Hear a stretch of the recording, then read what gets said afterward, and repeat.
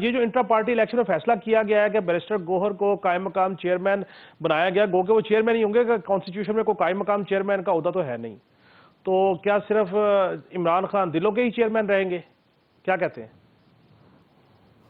دیکھو خواہش صاحب، کل ہی کے پروگرام میں میں نے یہ آپ کے یہ عرض کیا تھا کہ قانون کے طالب علم کے طور پہ مجھے اس بات کا بتایا کہ بھی اگر کوئی کنوکٹڈ شخص ہے گا تو پھر وہ پارٹی کی چیئرمین شپ نہیں رکھ سکتا. اگر چیئرمین شپ اگر ان کی جماعت کے ڈسپلن کے اندر آتی ہے تو پھر وہ نہیں رہ سکیں گے، اور اگر ان کا اعزازی ہوتا ہے چیئرمین کا تو پھر وہ رہ سکتے ہیں. تو جب یہ پارٹی کا پورٹ فولیوز چیک کیے تو اس میں یہ بات آ گئی کہ چیئرمین جو ہے وہ پارٹی کے الیکٹڈ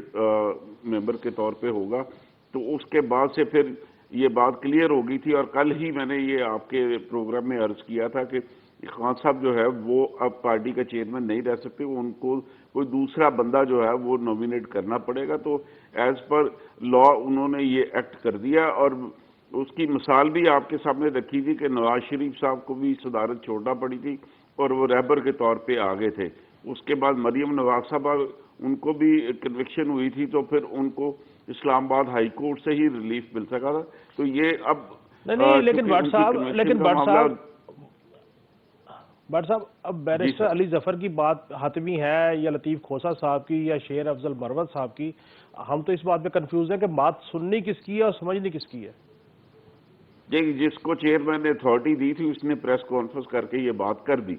کہ چیئرمین صاحب نے کہہ دیا کہ وہ ابھی فی الحال الیکشن نہیں لڑ رہے، جماعت کا وہ اپنے مقدمات پہ فوکس کریں گے، اور جیسے ہی مقدمات سے کلیئر ہوں گے تو پھر پارٹی کے چیئرمین کا الیکشن دوبارہ جب بھی ٹائم آئے گا تو وہ لڑ لیں گے. تو اس میں کوئی کنفیوژن نہیں ہے. جو ان کی جماعت کے لوگ ہیں ان سب کو پتہ ہے کہ چیئرمین کے پاس کوئی عہدہ ہو یا نہ ہو، پارٹی انہی کے نام پہ چلنی ہے. اس سے پہلے بھی یہ ہوا، یہ پیپلز پارٹی کے ساتھ ہوا تھا، بے نظیر بھٹو صاحب